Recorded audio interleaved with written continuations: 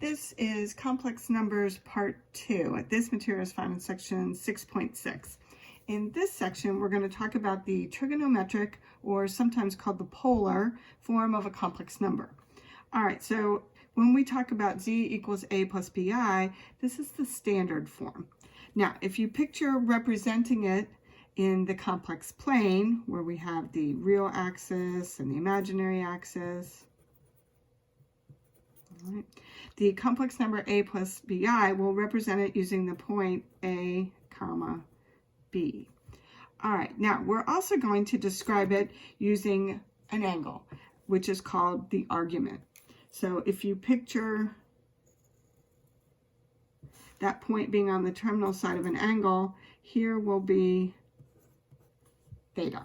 And we will primarily use theta between 0 and 2 pi in radians, or 0 and 360 in degrees. There are occasions where people use negative values, but we will stick to positive ones for all our final answers.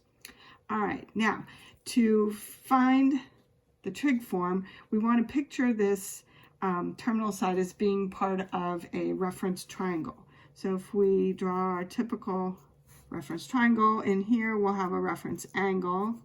We'll call that theta prime, which may not be exactly the same thing as theta, the actual argument. It may be related to it. All right, so the real part A, that will be the adjacent side, and the imaginary part of our complex number B, that will be the opposite side, and the hypotenuse, that's the absolute value of z, and we're going to use the letter R for that, and we'll call it the modulus.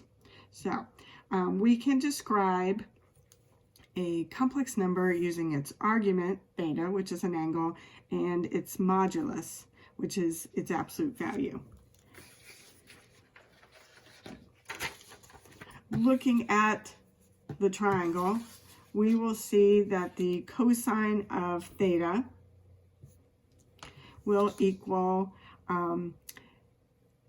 a divided by r, the real part divided by the modulus, because basically we're doing the adjacent over the hypotenuse. So these are the same right triangle definitions we've been doing. And then the sine would be the opposite over the hypotenuse, so that will translate into b, the imaginary part, divided by the modulus. So if we take these two things and then solve them for a and b, you find out that the real part is equal to r times the cosine of theta. The imaginary part is equal to r times the sine of theta. So you could take your standard form, a plus bi, and replace the a with r cosine theta and replace the b with r sine theta and come up with this expression. And then we will factor out an r to write it a little more concisely, and we'll say that our complex number is equal to r times the quantity cosine theta plus I sine theta, and that will be the trig form. All right. And the important things to remember are r is equal to the square root of a squared plus b squared, or if you've drawn the triangle, you can just look at the triangle and use the Pythagorean theorem. And the tangent of theta will equal b divided by a. Again, that just goes back to SOHCAHTOA, all right?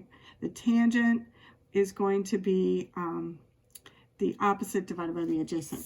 And then what's kind of tricky about this is if you use the inverse tangent to solve for the angle, you're going to come up with the reference angle.